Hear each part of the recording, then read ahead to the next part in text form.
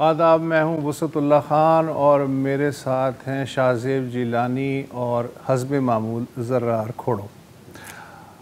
आज सारे चैनल ज़ाहिर है एक ही बात कर रहे हैं। आपके सुनते सुनते अब तक कान पक्के गालिबन झड़ भी चुके होंगे। हम कोशिश करेंगे, मजबूरी है हमारी कि बात तो हम उसी पे करेंगे, लेकिन ज़रा एक डिफरेंट एंगल जो है देने की या किसी नतीजे पे पहुंचने की कोशिश करेंगे, जो कि अक्सर ये कोशिशें हमारी नाकाम हो जाती हैं। कल जब इलेक्शन पोलिंग हो रही थी तो उस वक्त मैं ये सोच रहा था कि एक तरफ हैं 5 जमातें और एक तरफ है कल्लम कल्ला इमरान खान।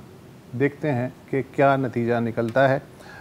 नतीजा कमोबेश तवक्को के मुताबिक निकला। जिस तरह की लहर चल रही है, 8 कौमी असम्बली की सीटें थीं, 3 सूबाई असम्बली की सीटें थीं। पीटीआई ने जो हैं उसमें से 6 जीत लीं और पीपल्स पार्टी ने बाकी 2 जीत लीं। वो जो 6 पीटीआई ने जीती उसमें से इमरान खान जो हैं उन्होंने जो मुल्तान की सीट है उसके अलावा बाकी तमाम सीटों पे इमरान खान थे, तो उन्होंने सिवाय कराची की एक सीट के जहाँ जहाँ से भी वो खड़े हुए वो जीत ली और अच्छे खासे मार्जिन से जीती। अगर आप उनके हामी हैं तो आप ये कह सकते हैं कि इन नताइज ने बता दिया कि अवाम किसके साथ हैं। वैसे तो जुलाई में जो ज़िमनी इंतखाबात हुए थे पंजाब में, उसमें भी अंदाज़ा हो गया था, लेकिन अब आप कह सकते हैं अगर आप पीटीआई के हामी हैं कि साहब देख लें, अब दूध का दूध पानी का पानी हो गया, स्याह सफ़ेद हो गया। अगर आप उनके मुखालिफ हैं तो आप ये भी कह सकते हैं कि ये क्या तीर मारा, जो सीटें छोड़ी थी वही जीत ली, बल्कि उल्टा दो सीटें गवा दी। आप चाहें तो इन्हें ज़िमनी इंतखाबात की ऐनक से देख सकते हैं, और आप चाहें तो इन्हें जो कौमी सतह पे एक मंजरनामा तरतीब पा रहा है उसकी एक अहम पेशरफ्त के तौर पे भी देख सकते हैं। इमरान खान ने 2018 में 5 सीटें पे इलेक्शन लड़ा था और 5 जीते थे।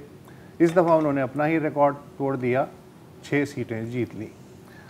इससे पहले मुझे याद आ रहा है कि 1970 के इलेक्शन में जुल्फ़िकार अली भुट्टो 5 सीटों से खड़े हुए थे। उस ज़माने में कौमी असम्बली की नशिस्तें भी बहुत कम हुआ करती थी।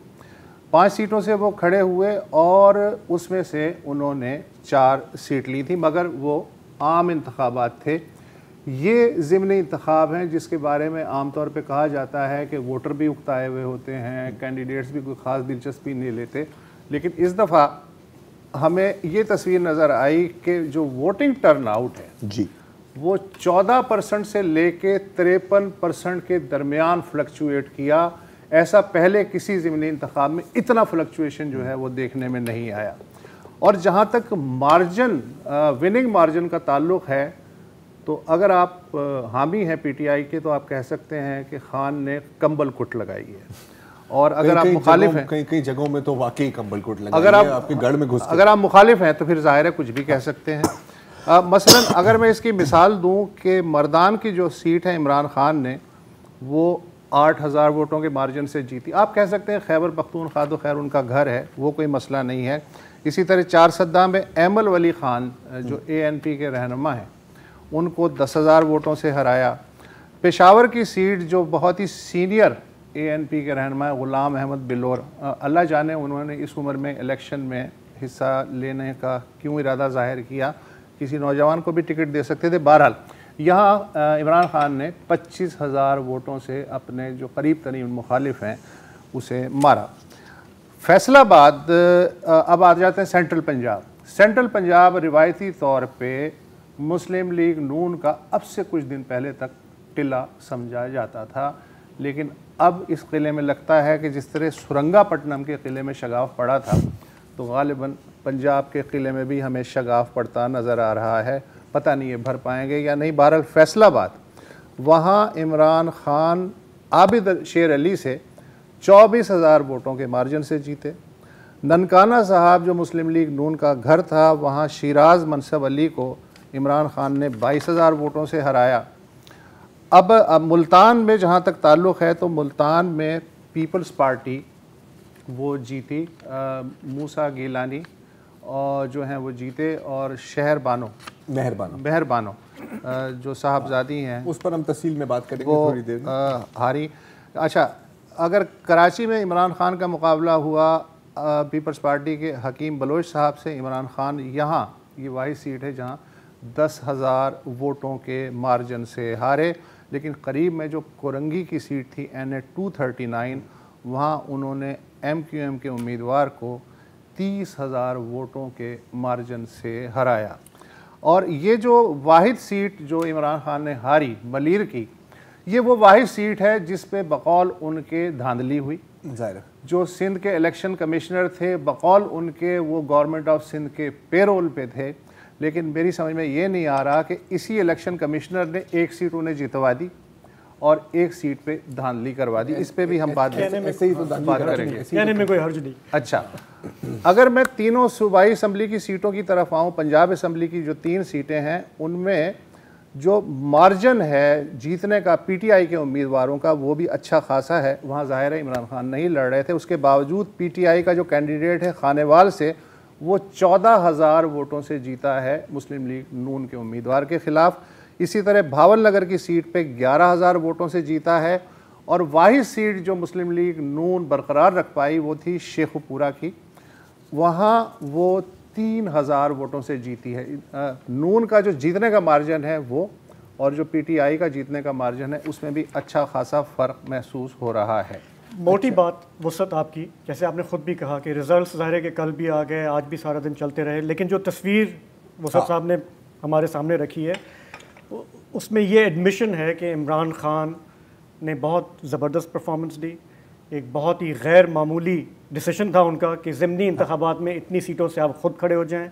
लोगों को पता था कि उन्हें रिज़ाइन करना होगा, उसके बावजूद भी वो और उन्होंने उनको वोट दिया।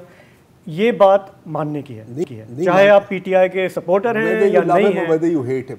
लेकिन जो हासिदीन है ना, जले सड़े हुए लोग जो खान साहब को नहीं पसंद करते, उनका ये भी है कि जी तो क्या बड़ी बात है अगर 6 सीटें जीत ली, आखिरकार रखोगे तो एक ही ना, बाकी 5 पर दोबारा इलेक्शन होगी, कोई फर्क नहीं पड़ता। क्योंकि ये जो इंतखाबात हैं मेरी नाक़िस राय में, ये पार्लियामेंट्री स्ट्रेंथ बढ़ाने के लिए नहीं थे, ये पॉपुलर स्ट्रेंथ दिखाने के लिए थे। और बिल्कुल मेरा ख्याल है कि ये बात सही है अगर हम कहें कि ये बाई इलेक्शंस कम और ये रेफरेंडम ज़्यादा है। और रेफरेंडम खान साहब की पर्सनल पॉपुलैरिटी का और उनके बयानिए के पॉपुलैरिटी का। अच्छा, जहाँ तक बयानिए की बात है तो एक ही शख्स है जिसके पास कोई बयानिया है, आपको वो बयानिया कबूल है या नहीं है वो एक अलग बात है, बाकी तो किसी के पास है ही नहीं। PDM ने तो ना कोई इंतखाबी मुहिम चलाई, नवाज लीग के कोई लीडर जो हैं वो नजर नहीं आए, नहीं। तो उस तरफ से कुछ था ही नहीं ऑफरिंग के लिए। नहीं, अगर आप लेकिन किसी से कोई पूछे कि यार PDM का बयानिया है क्या आप जवाब दे सकते हैं? हाँ, बिल्कुल, वो भी नहीं शायद जवाब दे। लेकिन एक बात है, मुस्लिम लीग नवाज ने ये राना सनाउल्लाह ने आज जो कहा है, उन्होंने कहा कि हाँ हम आवाम की जो इक़्तिसादी तवक्कुआत थी उस पर पूरे नहीं उतरे, इन्फ्लेशन जो है उसकी वजह से वोटर गुस्से में थे, और ये जो 15-15 हज़ार इजाफी वोट पड़े हैं जो कि पहले हमारे वोटर थे, ये सारे के सारे वो हैं जो महंगाई से तंग आए हुए हैं। ये रियलिस्टिक है या नहीं, इस पर बाद में डिबेट करेंगे। लेकिन एक फैक्टर जो है वो ये है यूथ, नौजवान, नया वोटर, और बिलखुसूस वो जो 2018 के बाद जो पहली बार वोट इस पे भी डाल रहा है, ज़िमनी इंतखाब में भी, और आगे जो जनरल इलेक्शन होंगे उसमें भी वोट डालेगा। और आपको पता है कि नया वोटर हो या नया मुसलमान, दोनों में बहुत ही जोश व खरोश होता है, बहुत जज्बा होता है। तो क्या ये जो टर्नओवर देखने में आया है 14% 53% तक का जो टर्नओवर है, इसमें वोट बैंक PTI या दीगर जमातों का बढ़ा है या किसी एक जमात का घटा है या सबका घटा और बढ़ा है, ये गुत्थी सुलझाने के लिए हमने जो इलेक्शनरिंग पे नज़र रखने वाले इदारा है पिलडैट, उसके सरबराह अहमद बिलाल महबूब को जहमत दी है। Thank you so much for joining us. ये बताइए कि ज़िमनी इंतखाब आमतौर पे बहुत ही बोरिंग अमल होता है, टर्नओवर रिवायती तौर पे 20% भी हो जाए तो आंखें खुल जाती हैं, यार इतने देखो वोट पड़ गए। लेकिन इस दफ़ा ये जो चक्कर चला है, आप इस बारे में आपकी स्टडी क्या है? बहुत शुक्रिया आपका, आपने मुझे बुलाया। मैं बहुत खुश हुआ, आपके प्रोग्राम को मैं बड़ी खुशी से देखता हूँ और आज आपके साथ शरीक भी हुआ। देखिए, पहले आपके सवाल का जवाब देने से पहले आपने एक जिक्र किया था नौजवान वोटरों के बारे में। मैं क्विकली उसके बारे में, एक मिथ है उसे क्लियर कर दूं कि नौजवान मुसलमान तो बड़ा पुरजोश होता होगा, लेकिन नौजवान वोटर इतना पुरजोश नहीं है। हमारी जो पिछले 8 इलेक्शनों की स्टडी है वो ये कहती है कि आमतौर पर जो हमारा वोटर टर्न आउट होता है ना, उससे एवरेज से तो उससे को आधे वोटर होते हैं जो नौजवान जाके वोट डालते हैं। यानी अगर 50% लोगों ने वोट डाला है ओवरऑल, तो नौजवानों में से सिर्फ 25% 26% वोट डालेंगे। ये हर साल हर इलेक्शन के मौके पे जो एग्जिट पोल होता है उससे पता चलता है। तो ये एक हौसला अफजा बात नहीं है। और हमारे बगल में जो मुल्क है हिंदुस्तान, वहाँ इससे अलग सूरत हाल है, वो एवरेज से ज़्यादा ही होता है नौजवानों का वोट। तो ये तो मैंने कहा ये क्लियर हो जाए ताकि नौजवानों को ज़रा वोट डलवाने के लिए कोई अगर इंतज़ाम को करना चाहे तो वो कर ले। ठीक। जो आपके सवाल का जवाब है वो ये है कि ये चूँकि वोट डालने की जो तादाद है वो तो हर इलेक्शन में घटती बढ़ती रहती है। तो अगर आप ये सिर्फ ये कहेंगे कि इतना मार्जिन ऑफ विक्ट्री था, 10,000 से जीता, 5,000 से जीता, तो शायद इतनी क्लैरिटी नहीं आती। लेकिन जिस चीज़ को मेरा ख्याल में ज़्यादा क्लियरली जो चीज़ हमें बताती है वो ये है कि जितने भी वोट डाले गए उसमें से कितने % वोट पिछले इलेक्शन में एक पार्टी को मिले थे और इस दफ़ा जितने वोट डाले गए उसका % कितना इस पार्टी को मिला। तो इन दो के तकाबुल से फिर जो सूरत पैदा होगी, जो पिक्चर इमर्ज होगी, वो शायद ज़्यादा क्लियर हमें बता सके कि पार्टी की मकबूलियत घट रही है, बढ़ रही है, या वो कहाँ खड़ी है। तो मैंने कल जब ये इलेक्शन हुए तो उसके जो ही नतायज आए तो उसके बाद मैंने एक चीज़ जो कंप्यूट की वो ये था कि इनका जो वोट शेयर है पीटीआई का, वो मैंने देखा कि 2018 में तो ये कोई तकरीबन 35% था। इन 11 कॉन्स्टिट्यूएंसीज जो कल जिन पे इलेक्शन हुआ उनको अगर मैं एक ओवरऑल एवरेज वोट शेयर निकालूं इन सब के वोट जमा करके, तो वो 35% था। और इस कल के इलेक्शन में ये तादाद जो है वो 48.5 यानी 48.5% हो गई। तो 13% से जायद इजाफा हुआ। यानी इसका मतलब पीटीआई के वोट बैंक में, जी, इसका मतलब यह है कि 13 परसेंटेज पॉइंट के इजाफा का मतलब है बड़ा सिग्निफिकेंट इजाफा हुआ पार्टी की मकबूलियत में। सीटों की बात तो अलग है, वो तो अहमद गुलाम साहब, सॉरी, मैं अभी फाफियन की भी एक रिपोर्ट देख रहा था और उन्होंने जो अंदाज़ा लगाया, उन्होंने भी कंप्यूटिंग की है। आई डोंट नो आपकी मेथडोलॉजी क्या है, उनकी क्या है। वो ये कह रहे हैं कि पीटीआई के वोट में 4% इजाफा हुआ है।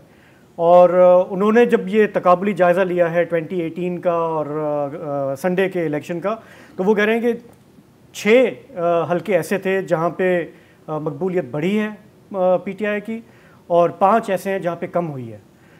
अब ये थोड़ा सा ज़ाहिर है कि पिलडार्ट की तरफ से आपने अपनी तरफ से एक असेसमेंट किया है। ये मेथडोलॉजी का फ़र्क है या क्या है, परसेप्शन का फ़र्क है? नहीं, ये तो बिल्कुल स्ट्रेट फॉरवर्ड स्टेटिस्टिक्स हैं जो इलेक्शन कमीशन ने कल फॉर्म 45 रिलीज किया था, उससे लिए गए स्टेटिस्टिक्स की बुनियाद पे कह रहा हूँ। और किसी भी हल्के में पीटीआई का जो वोट शेयर है वो कम नहीं हुआ। सही, एक दिलचस्प बात है। अच्छा, अक्सर हल्कों में जो इनके मद्दे मुकाबल थे उनका भी वोट शेयर बढ़ा है। 4 हल्कों में इनके जो अपोनेंट्स थे यानी पीडीएम प्लस, उनका वोट शेयर कम हुआ है, लेकिन पीटीआई का किसी हल्के में वोट शेयर कम नहीं हुआ। अच्छा, ये जो पीपल्स पार्टी ने 2 सीटें जीत ली हैं, तो पीपल्स पार्टी का जो वोट शेयर है उसके बारे में बताएं कि वो इस ज़िमनी इंतखाब के आईने में बढ़ा है, और नून का भी बताइए कि बढ़ा है, घटा है या स्टैटिक है। देखिए, जो मुल्तान की सूरत हाल है ना, उसमें तो जो वोट शेयर है वो ये है कि यकीनन पीपल्स पार्टी का बड़ा है और बड़ा सिग्निफिकेंटली बड़ा है। यानी वो पहले जो उनका वोट शेयर था पीटीआई का मुल्तान के अंदर, जी पिछले इलेक्शन में 70,000 समथिंग था और इस दफ़ा 1 लाख समथिंग है। हाँ, लेकिन मतलब ये कि वो उनका वोट शेयर था 35%, और इस वक्त जो उनका वोट शेयर है वो 29%। यानी ये पीटीआई का वोट शेयर जो है यहाँ पे कम हुआ है मुल्तान के अंदर, यानी 6% का फर्क है जी 6% का फर्क हुआ है। अच्छा, इसी तरह आपने कहा अपनी ट्वीट में कि पीटीआई का जो वोट बैंक है कराची में वो 27% बढ़ा है। ये तो बहुत बड़ी तादाद होती है। जी हाँ, ये कराची में जो जिस हल्के में उन्होंने एमकेएम को हराया है जी वहाँ पे उनकी जो शेयर है वो 27% का इजाफा हुआ उसके अंदर। ठीक है, थैंक यू। बहुत बहुत शुक्रिया अहमद साहब। सॉरी ख़त्म हो रहा है। कराची की जो बात की ना, तो एक बड़ी इंटरेस्टिंग बात है कि ये जो 27% बढ़ा है ये पीटीआई सिंध के बावजूद बढ़ा है। हाँ, पीटीआई सिंध का जो पार्टी स्ट्रक्चर है यहाँ पर, इसके बावजूद बढ़ा है। अब आप समझे कि अगर 10% और काम कर लिया होता तो क्या होता। इससे ये सबक मिला कि खान साहब को ये चाहिए कि अपनी पीटीआई सिंध की क़यादत कहें भाई साहब जहाँ हैं वहीं रहें, ज़्यादा एक्टिव होने की जरूरत नहीं, डोंट फिक्स इट, इसलिए कि बाज़ औक़ात एक्टिव होने से भी वोट घट जाता है। बात बिल्कुल सही। एक वक्फा ले लेते हैं और उसके बाद हम ये देखने की कोशिश करेंगे कि ये जो 2 सीटें नहीं निकाल पाई पीटीआई, इसके क्या फैक्टर्स थे। जी, एक लहर तो चल रही है खान साहब की, लेकिन मुल्तान और मलीर में क्या हुआ अभी हम ये समझने की कोशिश करते हैं। तो पहले चलते हैं मुल्तान, जहां पर हमारे नुमाइंदे तासिर सुबहानी साहब हमें ज्वाइन कर रहे हैं। तासिर भाई ज़रा ये बताएं कि पूरी जो लहर चल रही है वहाँ पे तो पीटीआई नज़र आ रही है। मुल्तान में हमने देखा है कि पाकिस्तान पीपल्स पार्टी के मूसा गिलानी साहब कामयाब हुए। क्या ये 2 पार्टियों का मुकाबला था या 2 गड्डियों का, 2 खानदानों का मुकाबला था? आप इसको कैसे देख रहे हैं? जी बिल्कुल, बहुत शुक्रिया आपका। मैं आपको बताऊं कि मुल्तान में 2018 के इलेक्शन में पीटीआई ने क्लीन स्वीप किया था। यहाँ से 6 की 6 सीटें जो हैं वो एमएनए की भी हासिल की थी और इसी तरह से सूबाई असम्बली से भी 13 में से 11 सीटें ली थी। जो गुज़श्ता रोज़ इलेक्शन हुआ है उसमें अगर देखा जाए तो जैसे आपने कहा कि 2 खानदानों की लड़ाई, तो ये चीज़ तो सबको पता था कि ये बेसिकली गिलानी खानदान और मखदूम खानदान के दरमियान जो है वो एक बड़ा कांटे का मुकाबला था। और उसकी अगर जीत की बात की जाए तो इसमें जो अली मूसा गिलानी हैं जो कि इस उम्मीदवार थे जिन्होंने वाज़े 20,000 से ज़ायद की लीड से मेहरबानों को शिकस्त दी है, तो उसमें उनका अपना ज़ाती किरदार जो है वो बहुत ज़्यादा अहमियत का हामिल था। क्योंकि आप समझते हैं कि पंजाब में पीपल्स पार्टी का वोट बैंक उस तरह से नहीं है जिस तरह से होना चाहिए, लेकिन मुल्तान में यूसुफ रज़ा गिलानी की वजह से पीपल्स पार्टी में जो है वो काफ़ी ज़्यादा जान मौजूद है। लेकिन चारों बेटे ही इनके उम्मीदवार होते हैं मुल्तान के मुख्तलिफ हलकों से। तो इस हलके की अगर मैं आपको बात बताऊं तो ये हलका गिलानी खानदान का नहीं था। ये बेसिकली हलका जो है वो शाह महमूद कुरैशी और जवेद हाशमी का आबाई हलका है, जहाँ पर वो पिछले कई दहाइयों से एक दूसरे के मुखालिफ जो है वो इलेक्शन लड़ते आ रहे थे। लेकिन 2012 से अली मूसा गिलानी की ज़िमनी इलेक्शन में इस हलके में एंट्री हुई और 2012 से लेकर आज 2022 तक अली मूसा गिलानी ने इस हलके को नहीं छोड़ा। वहां से ज़िमनी इलेक्शन में ये कामयाब हुए तो वहीं इन्होंने अपने डेरे डाल लिए और उस हलके को अपना हलका बना लिया और इस तरह से वो हलका भी जो है वो गिलानी हलका कहलाने लगा। और उसकी वजह यह है कि किसी की कोई शादी हो, कोई नौजवान लड़के की, तो अली मूसा गिलानी जो है वो वहां पर पहुंच जाते हैं, बाकायदा बारात में शिरकत करते हैं। ये क्योंकि देहात का हल्का ये बात तो समझ में आती है कि कैंडिडेट जो है वो बहुत स्ट्रॉन्ग थे मूसा गिलानी, लेकिन वज़ीर आज़म शहबाज शरीफ का आज ये बयान आया कि मुल्तान की जीत जो है ये पीडीएम की जीत है। तो मुस्लिम लीग नवाज़ के कितने वोट मिले पीपल्स पार्टी को, उसका कितना अमल दखल है इस जीत में?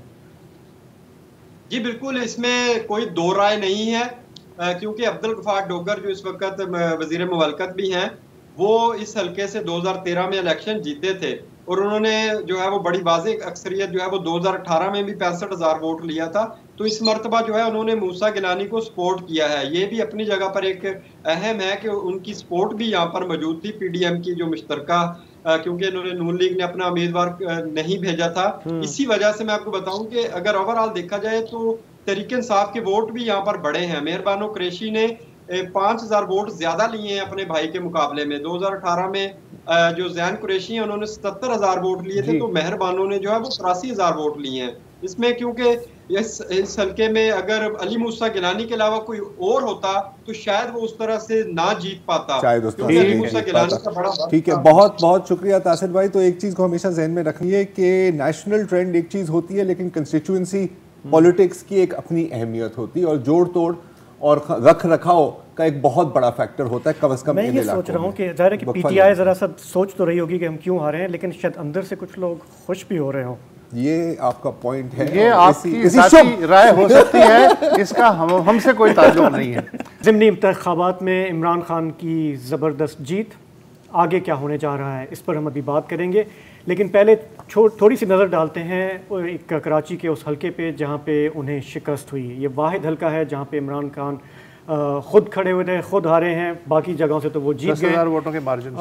और ठीक ठाक कितने वोट? 10,000 वोटों के मार्जिन से। हालांकि टर्नओवर इतना ज़्यादा नहीं था, 32 जो है हकीम बलोच को पीपल्स पार्टी वाले को मिले और इन्हें 22,000 मिले, तो उस लिहाज से टर्नओवर एज कंपैरेटिवली जितना बाकी सीटों पे था इतना नहीं है, उसके बावजूद 10,000 वोटों से हारे। लेकिन जैसे हम ब्रेक से पहले बात कर रहे थे, हमने मुल्तान पे नज़र डाली कि हर हलके के अपने भी डायनामिक्स होते हैं, तो इस हलके के क्या डायनामिक्स हैं कि इमरान खान नहीं जीत सके।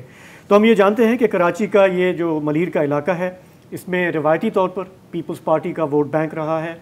यहाँ पर पीपल्स पार्टी को हराना वैसे भी मुश्किल समझा जाता है, उनकी तमाम तर जो कारकर्दगी है उसके बावजूद। क्योंकि यहाँ पे हमारे मुल्क में ज़ाहिर है कि एथनिक फॉल्ट लाइन्स हैं, और वहाँ पे सिंधी और बलोच वोट मेजॉरिटी में है। देही इलाका है, तो वहाँ के लोग जो है वो पीपल्स पार्टी के साथ आइडेंटिफाई करते हैं। अब्दुल हकीम बलोच जिन्होंने ये इलेक्शन जीता है, माजी में वो रहे हैं पीपल्स पार्टी में, लेकिन फिर जिस तरह होता है पार्टियों में आप नजरअंदाज होते हैं, रूठ गए, छोड़ गए। फिर 2013 में नवाज़ लीग के टिकट पे उन्होंने इलेक्शन जीता, लेकिन नवाज़ लीग में भी उनको लगा कि ज़्यादा वैल्यू नहीं है, वो अपनी ज़ात में विनेबल कैंडिडेट हैं, लेकिन उनका असर रसूख है, इसलिए उन्होंने रिज़ाइन किया। फिर 2018 में उन्होंने पीपल्स पार्टी की तरफ से इलेक्शन कंटेस्ट किया। वो इलेक्शन बहुत दिलचस्प है, मैं ये देख रहा था फिगर्स, वो लिटरली कोई 1400 वोटों से हारे। और जब हम कहते हैं ना कि 2018 का इलेक्शन इंजीनियर था और बहुत ही 19-20 के मार्जिन से कैंडिडेट्स हार गए, ये एक ऐसी कॉन्स्टिट्यूंसी है जहाँ पे टीएलपी भी थी, जहाँ पे बाकी भी फैक्टर्स आ गए, और हकीम बलोच वो इलेक्शन हार गए। आज अपना उन्होंने हिसाब बराबर किया है, और ज़ाहिर है कि इसमें पीपल्स पार्टी काफ़ी खुश है अपनी इस कारकर्दगी से। अगर हम कंपेयर करें, जैसे पहले हम बात कर रहे हैं कुरंगी से, तो वहाँ पे ज़्यादा उर्दू स्पीकिंग वोट है, और वहाँ पे एमक्यूएम के साथ जो हुआ है सीन, वो तो मतलब एमक्यूएम के साथ जो सीन हुआ है ना यार, आई मीन एक तो देखें क्लियरली अल्ताफ भाई की जो बॉयकॉट कॉल है वो कामयाब रही है। दूसरी बात है कि पता नहीं, मुझे लग रहा है 50,000 इमरान खान, 18,000 एमक्यूएम। ये अब लोग एएनपी की डिफीट को रो रहे हैं यार, वो तो फिर भी चले 12 मतलब 10 20 25 इस तरह के मार्जिन से। मेरा ख्याल है वाहिद सीट है जिसपे इमरान खान सबसे ज्यादा मार्जिन से। ये तो वाइप आउट है, इसको वाकई वाइप आउट कह सकते हैं। और मेरा ख्याल है कि अब मतलब एमक्यूएम वाले दोस्त शायद नाराज हो इस बात से, लेकिन जब हर बंदा समझता है ना कि मैं सुप्रीम लीडर हूं पार्टी का, तो पार्टी नहीं चल सकती। यही है। और ये जितने भी टांके वांके लगा रहे हैं ना यार, इस फैक्शन को दूसरे फैक्शन के साथ जोड़ लो, तिसोरी साहब को ले आओ, ये कर लो, I mean to be fair MQM का ये कहना है कि हमें जिस तरह से डेसिमेट किया गया है पिछले चंद सालों में, डीलिमिटेशंस के लिहाज से हमें एक्टिविटी नहीं करने दी गई, उनकी भी कुछ बातें जायज़ हैं, क्योंकि जिस लेवल पे ये प्लानिंग होती है कि कराची का मैंडेट जो है उसको यार मसला ये है कि हमारी जो साइकी है ना वो है शख्सी सियासत। अब मसलन टू बी वेरी फ्रेंकली, अगर इमरान खान माइनस हो जाए तो पीटीआई क्या है, या अल्ताफ हुसैन को माइनस करने के बाद एमक्यूएम क्या रही। लेकिन पता है इसमें फिर एक और काउंटर पॉइंट भी है ना, जैसे आप कह रहे थे ना कि जिस लेवल पर ये प्लानिंग होती है और प्लानिंग थिंकिंग होती है, तो यार उसी लेवल पर काफी टाइम से इमरान खान को भी तो कट डाउन टू साइज करने की प्लानिंग चल रही है ना, वो तो कामयाब लेकिन वो थोड़ी लेट शुरू हुई है। नहीं आई विल डिसएग्री विद। अच्छा, खान साहब को तो काफी ढील मिली हुई है। देखिए, आपको लग रहा है जब से, हालांकि 6 महीने हो गए इक़्तिदार से अलग हुए, ठीक है ना, आप देख लें कि रोजाना का एजेंडा वो सेट करते हैं, he is the centre piece. हाँ, बट दैट्स बिकॉज क्या ये ढील है या क्योंकि वाकई, क्योंकि देखिए जो स्टैंडर्ड ऑपरेटिंग प्रोसीजर एसओपी रहा है हमारी रियासत का, राइट, वो ये रहा है कि यार पहले तो इनको आप मतलब पावर देते हैं, ठीक है, फिर जब वो वाकई समझने लग जाते हैं कि यार मैं तो वजीर आजम हूँ, फिर आपको कट टू साइज किया जाता है, फिर ये -1 -2। इस दफा गेम चेंज हुई है। नहीं, यही मैं कह रहा हूँ कि कट टू साइज कैसे किया जाता है, या तो तुम गद्दार हो या तो तुम करप्ट हो। अच्छा, मुहिब्बुल वतनी की, नॉन करप्शन की और गैरतमंदी का ठेका तो खान साहब के पास है, मोनोपोली। तो आप उनको इन हथियारों से नहीं उनका सर कलम कर सकते। यहां पर लोहा लगा हुआ है सर, यू अंडरस्टैंड, ये बुलेट प्रूफ हो गए। हमारे पॉलिटिशियंस यही कहते हैं कि जी लेवल प्लेइंग फील्ड दें, अगर हम जीतते हैं तो जीतने दें, हारते हैं तो हारने दें। इस वक्त चाहे ये पंजाब के बाई इलेक्शन हो, चाहे ये इलेक्शन हो, लेवल प्लेइंग फील्ड मिली हुई है। मतलब इलेक्शन कमीशन के रोल की हमने बात नहीं की, लेकिन सलाम तो करना पड़ेगा ना इंस्टीट्यूशन को कि जी उन्होंने अपना रोल प्ले किया, पंजाब में प्ले किया, अभी भी प्ले किया। ओ एंड सॉरी, इस बात पे ना यार ये भी मेंशन करना चाहिए कि क्लियर था कि हुकूमत चाहती नहीं थी कि बाई इलेक्शंस हो। हाँ। क्योंकि उन्होंने क्या बहाना दिया था इंटीरियर मिनिस्ट्री ने कि सी जो सिक्योरिटी सर्विसेज पे बड़ा स्ट्रेन पड़ेगा। हाँ। क्यों भाई, कौन सी जंग लड़ी जा रही है? तो इट वाज गुड कि इलेक्शन कमीशन स्टूड अप और कहा कि नहीं सर होनी है। तो देखिए हमारे, अगर हम अब आगे की भी बात करेंगे कि इस सारे नतीजे से अब इमरान खान साहब के पास आगे क्या ऑप्शंस हैं, क्या होने जा रहा है। तो आज अगर आपने जो देखी हो उनकी प्रेस कॉन्फ्रेंस, तो उसमें उन्होंने कुछ बात कही, मेरा ख्याल है कि हम अपने व्यूअर्स को पहले वो दिखा दें और मरियम का जवाब भी इसके साथ है। देखिए, मुज़ाकरात क्या मैं कहूँ कि हो भी रहे हैं, नहीं भी हो रहा है, यानी उनके अंदर अभी तक कोई, जो भी थोड़ी हमारी बैक चैनल्स पे हुआ है, कोई इस तरह की क्लैरिटी नहीं है अभी तक। हकीकी आज़ादी वाला कह रहा है बैकडोर मुज़ाकरात कर रहा हूँ, अवाम को कह रहा है हकीकी आज़ादी ले रहा हूँ, पीछे खुद कह रहे हैं अभी प्रेस कॉन्फ्रेंस में कि मैं बैकडोर मुज़ाकरात कर रहा हूँ। क्यों कर रहे हो बैकडोर मुज़ाकरात? कौन से मुज़ाकरात बैकडोर होते हैं? और ऐवान सदर को टाउट बनाया हुआ है अपना। तो ये बहुत ही ज़ाहिर है कि सख्त बयानबाजी। आई मीन ऑन डे जब इमरान खान जीते हैं, उनके चेहरे पे अब भी कोई मुस्कुराहट नजर नहीं आई।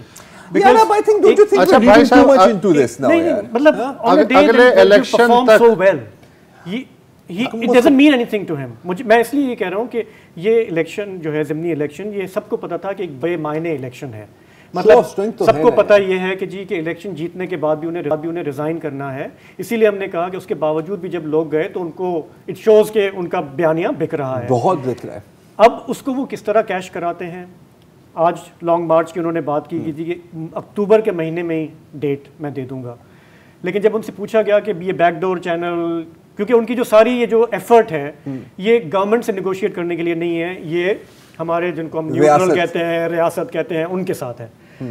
क्या उन पे कोई अब दबाव पड़ा है? यार ये सवाल है। अब क्या are they going to have a rethink?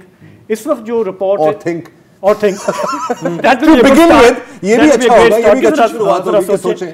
लेकिन जो इस्लामाबाद से इस वक्त जो रिपोर्ट्स आ रही हैं उससे लग रहा है कि हुकूमत जो है वो बिल्कुल डिटर्मिन्ड है, हुकूमत मीनिंग रियासत और हुकूमत दोनों मिलके सेम पेज, कि ये हम जो बड़ा खतरनाक पेज है यार, ये जो अगर आते हैं पीटीआई वाले कोशिश करते हैं आने की, तो इस्लामाबाद को हम सेंटर स्टेज नहीं बनने देंगे। अब इन नताइज से मुसल्ला होने के बाद जाहिर है कि खान का एतमाद जो है वो डबल हो गया है। 2 लीटर खून तो बढ़ गया है। अच्छा, 3 फैक्टर्स हैं। खान इस बहुत अरसे के बाद पहला पॉलिटिशियन है जिसके साथ आप जो भी इल्ज़ाम चिपकाने की कोशिश करें वो रिबाउंड हो रहा है मुस्तकिल, नॉन स्टिक फ्राइंग पैन। भले वो सीरियस इल्ज़ाम है, हकीकी इल्ज़ाम है या सिर्फ इल्ज़ाम है, उससे कता नज़र। मसलन अब सूरत हाल ये है कि जो पीटीआई के साथ है वो ये कह रहे हैं ठीक है यार, अगर ये काला चोर भी है ना मैं इसे वोट दूंगा, कर लो जो करना है। तो ये जो एक सूरत हाल है। फिर जो और दूसरी जो मददगार है जो अगले आम इंतखाबात में भी मदद करेगी खान साहब की, वो है मुतबादिल बयानिया की मुसलसल कमी है। सोशल मीडिया का मैदान पीटीआई के कब्जे में है, पीडीएम दूर तक नहीं है, दरवाजे के बाहर है। फिर इन्फ्लेशन और महंगाई, ये भी इंतखाब में खान के इत्तेहादी बन रहे हैं। एक आखिरी फैक्टर, अभी हम ब्रेक लेते हैं, इसके बाद बात करेंगे। मुझे तो लग रहा है कि अब एंटी एस्टैब्लिशमेंट पॉलिटिक्स करने का मतलब है कि आपकी मकबूलियत मजीद बढ़ रही है, क्योंकि लोग भी मेरा ख्याल है काफ़ी तंग आ गए हैं परसीव्ड इंटरफेरेंस पर। ये तो हमेशा बिकता है ये माल। इलेक्शन के नतायज आने के साथ ही दोनों तरफ से सख्ती और बढ़ती हुई नज़र आ रही है। आज इमरान खान ने कहा कि किसी ने पूछा मुज़ाकरात, तो उन्होंने एक तो आपने सुन ही लिया कि जी हो भी रहे हैं, नहीं भी हो रहा है। इसके साथ साथ उन्होंने ये भी कहा कि जनाब सिंधी और बलोच कौम परस्तों से तो बात हो सकती है मगर मुजरिमों से नहीं। और आर्मी चीफ का तकर्रुर नवाज़ और जरदारी जैसे मुजरिमों के हाथ से नहीं बल्कि मेरिट पे होना चाहिए। मैं चंद दिन और दे रहा हूँ मगर लॉन्ग मार्च की तारीख अक्टूबर से आगे नहीं जाएगी। Final warning. अच्छा, यानी जो फैसलाबाद का घंटा घर है वो है 29 नवंबर, जब एक आर्मी चीफ दूसरे को हैंड ओवर करेगा चीज़ें। उसके जवाब में जो इत्तेहादी जमातों ने एक मुश्तरका बयान आज फ़ौरन ही जारी कर दिया कि आर्मी चीफ की तकर्रुरी कानून के मुताबिक वज़ीर आज़म करेंगे, किसी धौंस या धमकी की बुनियाद पे नहीं होगी। मुल्क में इंतखाब होंगे, इसका फ़ैसला हुकूमत करेगी। ये फ़ैसला किसी जत्थे की ताकत की बुनियाद पे नहीं होगा।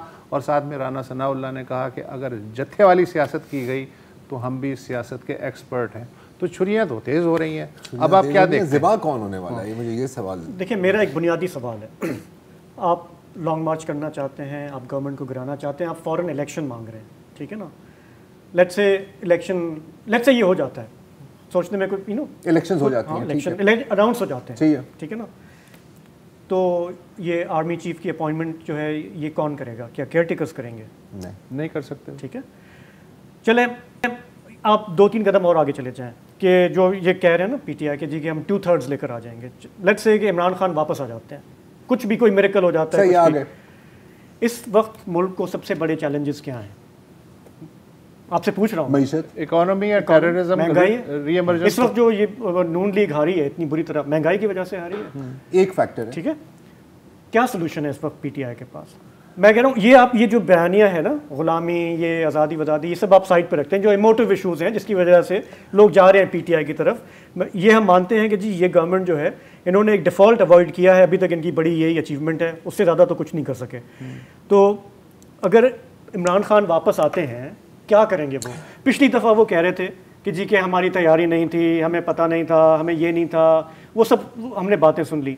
अभी भी उनकी तरफ से जो रियल इश्यूज हैं उन पर कुछ भी नहीं होगा भी नहीं। वो क्या करेंगे ये तो उनके सोचने की बात है। यहाँ आप मुझे इस सवाल का जवाब दें कि वो इतने उतावले क्यों हो रहे हैं कि वो हर कीमत पर आना चाह रहे हैं? तो बड़ा सिंपल आंसर है ना सर, बिकॉज देखिए अभी तो एक वेव चल रही है ना, तो वेव को अपने टॉप से ही कैश करना है ना, उनको पता है। और देखिए हुकूमत बाय इलेक्शन क्यों नहीं कराना चाह रही थी, क्योंकि ये उनका रिजल्ट उनके सामने था ना सर। वो एम बैठे तो नहीं हुए ना, चवल तो नहीं मार रहे। उनको पता है, खान साहब को पता है कि अगर अभी इलेक्शन होती है तो यार क्लोज टू 2/3 मिल भी सकता है।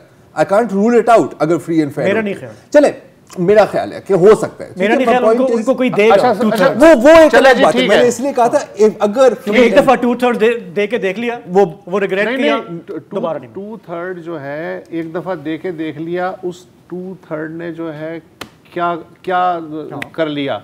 नवाज शरीफ को मिली थी ना, मिलिट्री डिक्टेटरशिप से सिविलियन डिक्टेटरशिप की तरफ आप जा रहे थे।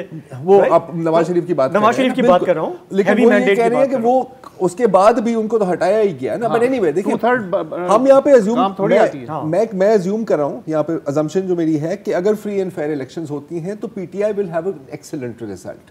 लेकिन ये जो बात है ना कि अभी क्यों, और ये जो आपकी बात थी ना कि प्लान क्या है, तो वो इमरान खान साहब की जब इंटरव्यू हुआ था इमरान खान साहब का, तो बड़े क्लियरली 2-3 दफा पूछा था, तो उन्होंने कहा कि जी अभी तो प्लान ये है कि इनको तो हटाएं और फिर आगे हम देख लेंगे। नहीं, लेकिन यार शाहजेब, बिकता तो बयानिया है ना, और बयानिया सिंपल बिकता है। देखो ये सोल्यूशन बेस्ड पॉलिटिक्स हमारे यहाँ नहीं हो रही ना, हमारे यहाँ हो रही है इमोशनल पॉलिटिक्स कि भाई ये चोर है, ये डाकू है, ये हटेंगे तो ये जो नहुसत है मुल्क से ये खत्म होगी, मैं आऊंगा तो मैं चीजें संभाल लूंगा। और इनके जो सपोर्टर हैं, उनके जो वोटर हैं, देखें आप 100 ऑडियो लीक्स करा दें, आप कल वो जो गंदी वीडियोस की जो ट्रेंड्स चल रही होती है आप वो आके दिखा भी दें, फर्क नहीं पड़ेगा, जीरो फर्क पड़ेगा। ट्रंप ने कहा था ना एक दफा कि जी मैं अगर मैनहट्टन के 5th एवेन्यू पे जाकर 2-3 लोगों को गोलियां भी मार दूं ना, मेरा एक वोट कम नहीं होगा। यहां पर भी यही एग्जैक्ट डायनामिक है। मैं ट्रंप और इमरान खान को कंपेयर नहीं कर रहा, लेकिन डायनामिक एक ही है कि जर हमें मंजिल नहीं रहनुमा चाहिए। ब्रॉडली सवाल ये है कि इस वक्त जहां पे मुल्क खड़ा है, जो भी चैलेंजेस हैं, is election the need of the hour? That's the fundamental question. For Khan it is. For Khan it is. लेकिन moving away from Khan, क्या उसमें हमारे मसाइल का हल है? क्योंकि अभी भी ये गवर्नमेंट यार आप तो एक जिम्मेदार सियासतदान के तौर पे सोच नहीं, मैं जिम्मेदार सियासतदान नहीं, मैं एक जिम्मेदार सहाफ़ी के तौर पे ये सवाल कर रहा हूँ। हमारी सियासत ऐसे थोड़ी चलती है। चले आपकी नाक रगड़नी है मुझे, हाँ भले उसकी कीमत कुछ भी हो जाए, बस। और ये डिबेट आप फिक्र ना करें, आज खत्म नहीं हो रही, आज ये अगले 8 महीने तक चलते रहेगी। फिलहाल इजाजत दे दीजिए, खुदा।